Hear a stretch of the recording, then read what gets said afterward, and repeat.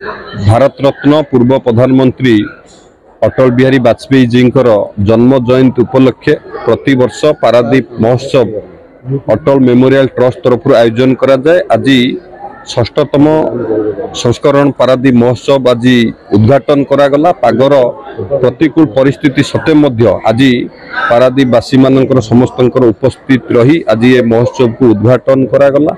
अटल जी पारादीप प्रति जो अवदान विशेषकर 1999 बात्यारे जितेबाला ध्वंस विध्वस्त हो जाता आम जिला पारादीप एवं एरसमार अंचल ध्वंस विध्वस्त होता एवं ओडिशा किभली भाव में निज गोड़े निजे छिड़ा हम। अटल जी से जो कालजाई वाक्य थिला जे अर्थर अभाव रहिबो नहीं ओडिशा को निज गोड़े छिड़ा हाँवाई विशेषकर आम अंचल से बेसी क्षतिग्रस्त होता एवं ता सहित पारादीप रे आईओसीएल रिफाइनरी की प्रतिष्ठा करने तांकर जो विजन थिला तांकर जो दूरदृष्टि संपन्न नेतृत्व थिला सेतिपाई पारादीप आज द्रुत गति रे विकास क्षेत्र में आगू को बढ़ुची।